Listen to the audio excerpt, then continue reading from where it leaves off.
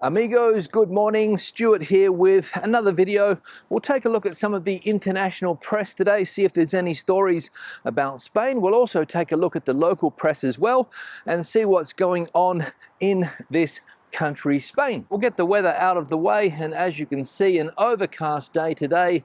The leaves are falling off the trees in the middle of autumn, of course, and temperatures around 14-15 degrees Celsius. I'm out for a walk with my dog Mia. Here she is, sniffing around. So let's get stuck into the content and see if there's any interesting stories about Spain in the press today. Shall we? All right, so we'll type Spain into the search. Some interesting articles pop up straight away, as you can see here. The first one, Spain ends the summer with a new record for international tourists. I think I spoke about this the other day on the channel, can't remember exactly, but I remember there was news floating around earlier in the week about this topic. Let's click on this and see what they're saying. And as we can see, throughout September, Spain received almost 75.6 million visitors, with spending at an all-time high too. The number of tourists visiting Spain in the first 9 months of the year increased by 3.5% compared to the same period in 2024, reaching almost 75.6 million people, the highest figure in the Frontier series compiled by the Spanish Statistics Institute.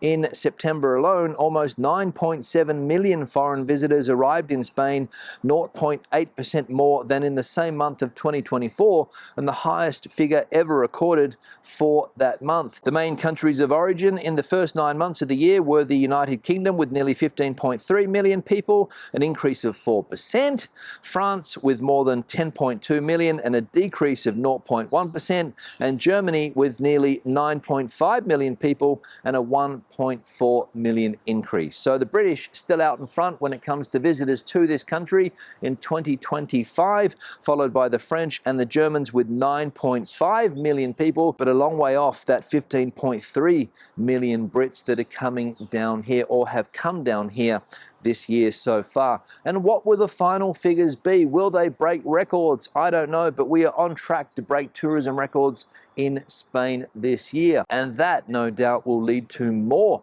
demonstrations next year when the anti-tourism lobby get out and about and start protesting again. Time will tell. And another important feature of this article too is what it says here, that spending records are also being broken. So not only are more people visiting Spain, but they're also spending more money. 105.828 billion euros to be exact between January and September, and that is a 7% increase compared to the same period last year. And is that because prices have gone up, or is a better quality tourists coming to Spain and spending more money? I don't know. Let me know your thoughts on the matter in the comment section below. I would love to hear them. Now moving on to another article which is featuring in my feed, as we can see here from The Guardian. Let's have a look at the headline. We're proud to be pioneers inside Spain's community energy revolution. From Taradell to Galicia, cooperatives are supplying cheap, clean electricity to homes and helping tackle fuel poverty, which is a big problem not only here in Spain, but in many European countries, fuel poverty. So let's see what these people are doing to sort out this issue, fuel poverty. It began in the small Catalan town of Taradell as a plan to provide local people with allotments where they could grow their own food. 4 activists came together with the aim of promoting good environmental practices in local agriculture and business, as well as supplying renewable energy.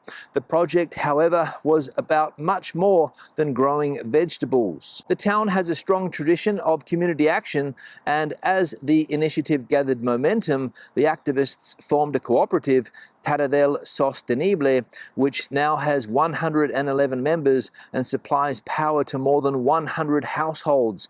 These include some of the area's most vulnerable citizens, says Eugeni Villa, the co-op's president. The question was, how could people with few resources join the co-op when membership costs 100 euros, says Villa. We agreed that people designated as poor by the local authority could join for only 25 euros and thus benefit from the cheap electricity we generate. And this is just one, I imagine, of many similar initiatives that are happening around Spain as far as this renewable energy is concerned, and also helping people out that aren't as fortunate as themselves and can join these co-ops for 25 euros a month if they are considered poor enough, that is. Because let's be honest about this, electricity prices here in Spain over the last few years, gas prices as well, have gone through the roof. And trying to heat your home in those winter months, because it does get very, very cold in the majority of mainland Spain, and a lot of people have trouble to keep their homes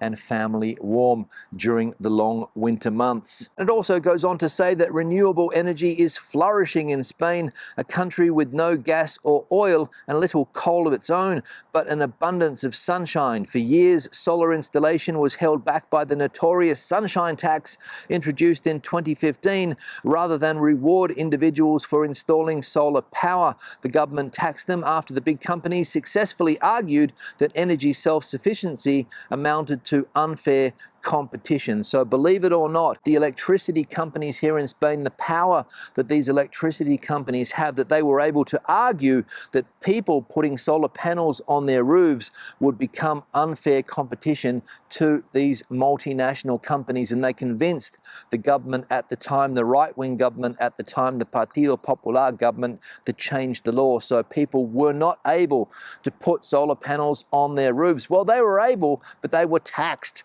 by the government, believe it or not, in a country where the sun shines a lot of the year. Here in Madrid, I reckon we get around 300 days of sunshine. In some other parts of the country, the southern parts of the country, they get even more. Places like Alicante maybe get 330 days of sunshine a year, but you were taxed if you had solar panels on your roof and you were trying to become self-sufficient. Absolutely ludicrous, but that's what we're dealing with here in Spain with certain types of government and certain types of ideologies. So more initiatives like the one that we just saw in that article would be a good idea, in my opinion. Bring them on. Your opinion? Let me know in the comment section below. And the final article we'll look at today, one here from The Economist, talking about Franco, the former dictator here in Spain. I can't access all of this article, so we'll just take a brief look at it because it's under a paywall. So let's see what the headline is. As we can see here, fairly clear. Half a century after the death of Franco, Spain is a far better place, but new problems risk undermining its success. That is the question. On November the 20th, 1975, Nicolás Sartorias was in Carabanchel prison in Madrid's working-class southern suburbs. He had been arrested 3 years earlier when police rounded up the leaders of the workers' commissions, an underground communist-led trade union movement. With glassless windows, the prison was freezing in winter and sweltering in summer, and there were rats and cockroaches, he says.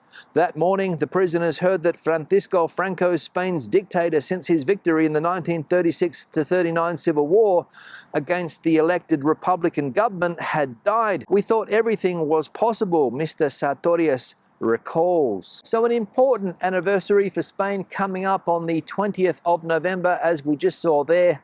50 years since the dictator of this country, the man who ruled the country, as we saw there, for a very, very long period of time, since 1939, I think it was, when they were victorious in the Civil War. Mr. Franco took over, and not until 1975 did he die, and power started to change in this country. And people like Mr. Sartorias under Franco, because they were expressing their points of view as far as labor rights are concerned and things like that, were swiftly put in prison back in the day, and fairly terrible conditions to go into one of Franco's prisons around the country, which fortunately no longer exist. I think Spain nowadays has modern prisons like the one that was mentioned in that article there in Carabanchel, which is a neighborhood here in Spain, a residential neighborhood. That prison has been demolished or demolished many, many years ago. It was an immigration center there for a while, a place where illegal immigrants were held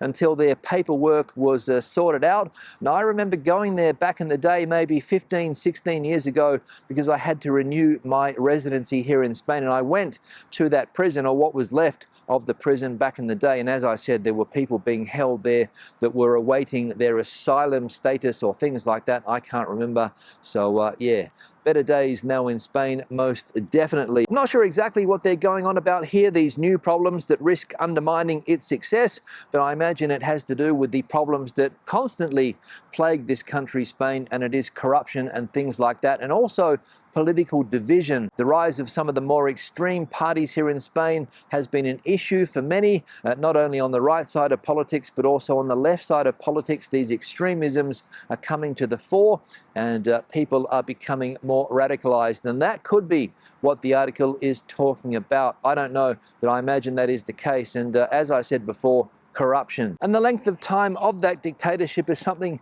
that still amazes me. 35 years Spain was under the power of one regime, basically one man, Mr. Franco. And although I wasn't in Spain during that Franco period, I would say that Spain is indeed a better place than it was back then. However, some people nowadays seem to disagree with that, and they are calling for that period of time to return to Spain. Believe it or not, there are some people in this country, especially some young people, that think that living under a dictatorship is a better system than what we have now. I completely disagree with that, but as I said, some people out there think that that is better. You hear it all the time. When Franco was around, Spain didn't have this problem, or when Franco was around, Spain didn't have that problem. Well, I don't know if we want to go back to an authoritarian type regime, but if it ever does happen, I'm out. On that note, questions and comments, please leave them in the section below. If you have anything to add to the conversation today, please, I would love to hear it in that comment section below. If you have an opinion on anything that I have spoken about, that is the place for you to leave it. Give the video a thumbs up if you liked it, thumbs down if you didn't. Don't forget to subscribe to the channel and turn on notifications so that you never miss a video when I publish it. Until the next one, hasta luego from a grey, damp Spain.